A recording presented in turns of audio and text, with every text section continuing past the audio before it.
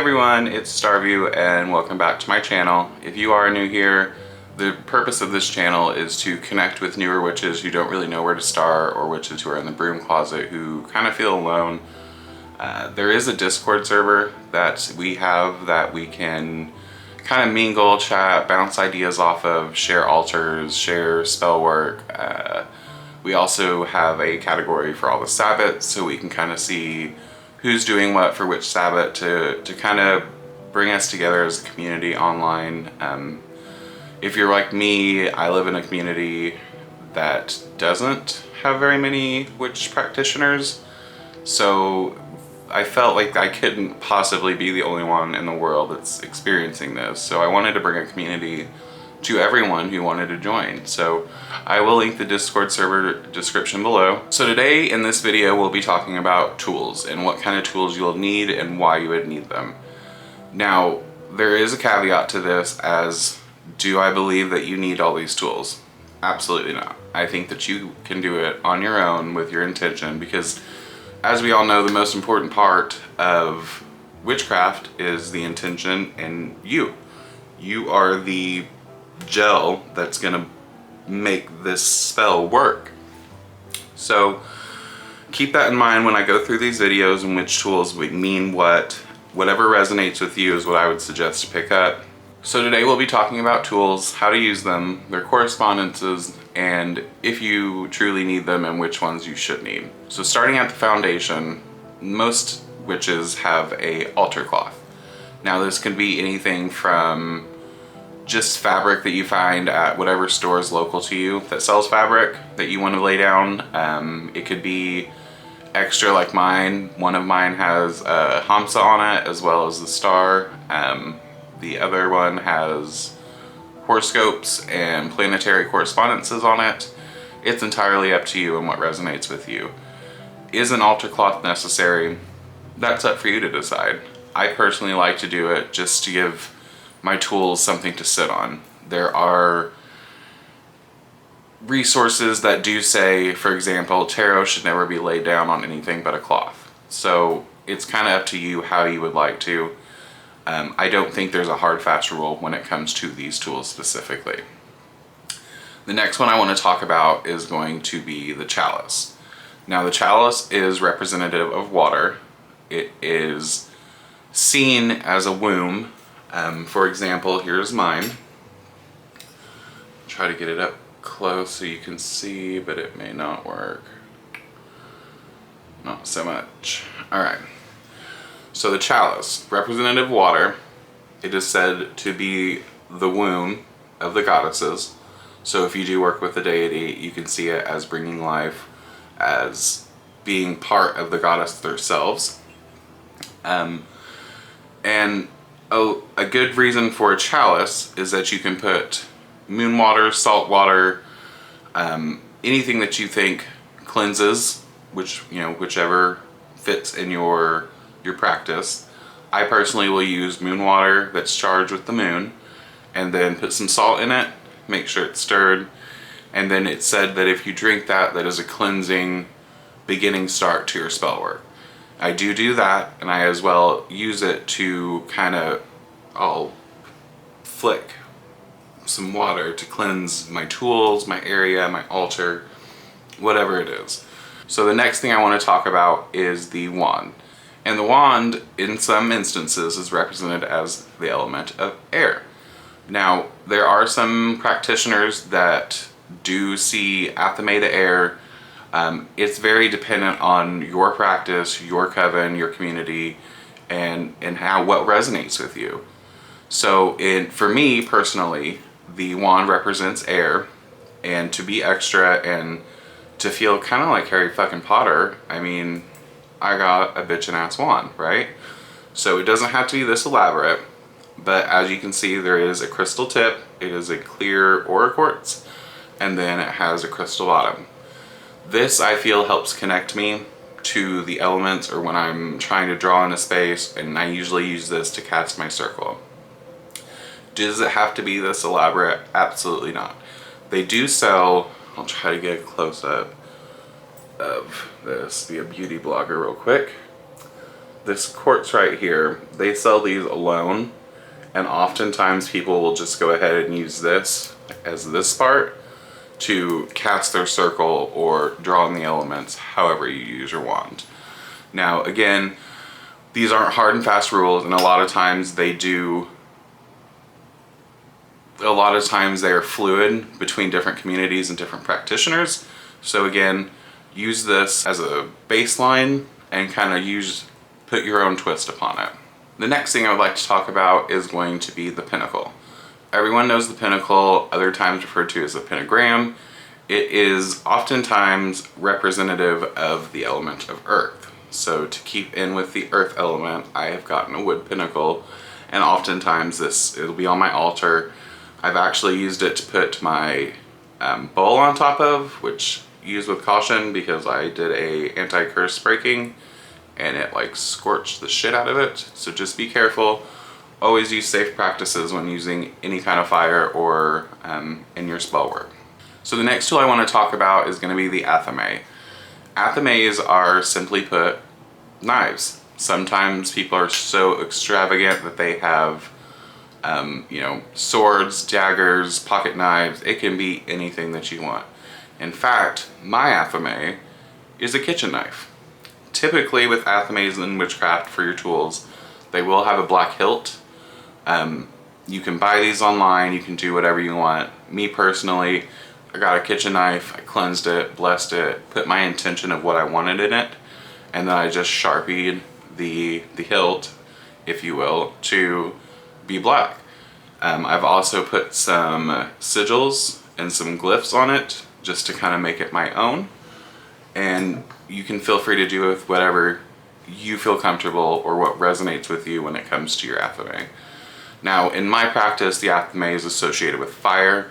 Because of the reason, to build a dagger, it really has to be as hot as it can possibly be to be bended and melted and smithed into a knife. So in my practice, I use it as the element of fire. Let's talk about the element of fire. So I just stated that the Athame is attributed to fire. There can be another tool attributed to fire, and it is a cauldron. Quite simply, the reason for a cauldron is to put burning material, burning herbs, candles, burning charcoal and resin incense, whatever you want it to be, cauldron is beautiful for. So, for instance, I'll use petition magic, and oftentimes I will put a candle and my herbs around the candle, and I will put my petition underneath the candle. Now when the candle gets down far enough, it obviously is going to burn this paper. So you want to have a fireproof, cast iron something to throw that fire in. Now I do want to put a disclaimer that I originally was using glass, and even though I was told not to use glass, I used it. And what happens to glass whenever there is enough fire and heat applied to it? It shatters. So use that how you will, but just use caution when burning things in glass. The next tool I'm going to talk about briefly is a broom. Quite simply, it's a witch's broom. You've seen it multiple times in every probably movie that you see with witchcraft. I will say it is not a giant broom that you sweep the floor with. It is probably about 4 to 7 inch broom. This can be made by yourself. It can be bought. I personally don't use a broom in witchcraft. It is attributed to the element of air, and I personally don't because I have a peacock feather that I've enchanted to imbue with air elements. So what I'll do is, if I'm burning something in my cauldron or I have incense smoke blowing, I will use the feather to kind of adjust and bend that energy to my will. Alright, so lastly, for the kind of mandatory tools is going to be, if you do worship a deity or you are trying to connect with one, you would want a statue, a picture even will work, anything that reminds you of this deity that you can connect with. So personally, I have this. I work with the goddess Hecate, and you can't really see, but it has her triple moon symbol. Nothing fancy. It doesn't have her specifically carved in it. It just helps you have a visual when you are working with them, and that kind of helps to ground your mind to your workings. And with that being said, that is the required, if you will, tools that are usually associated with witchcraft. Now, do I believe that you need all of these tools? Absolutely not. Do I think that you need some of these tools? Not really. I was actually in the Discord server the other day talking with some of the Coven mates. One of them put in the altar channel that they are their altar. And I was just like, fuck, that's deep. And it is when you think about it. Now, for me personally, I feel like an altar space is perfect for me because I need that sacred spot to kind of go to get me back in my alpha brainwave quicker. That way I'm not sitting there meditating for hours on hours just to try to get into that alpha brainwave state. If you aren't familiar with those states and haven't watched it yet, I do have a video on it. I will link it below and above for you, just to kind of help you get your intentions and mindset right for spellcasting. Now, with all these tools we've gone over, there are some additional tools that you can use, and I typically do use. There's, for instance, candles.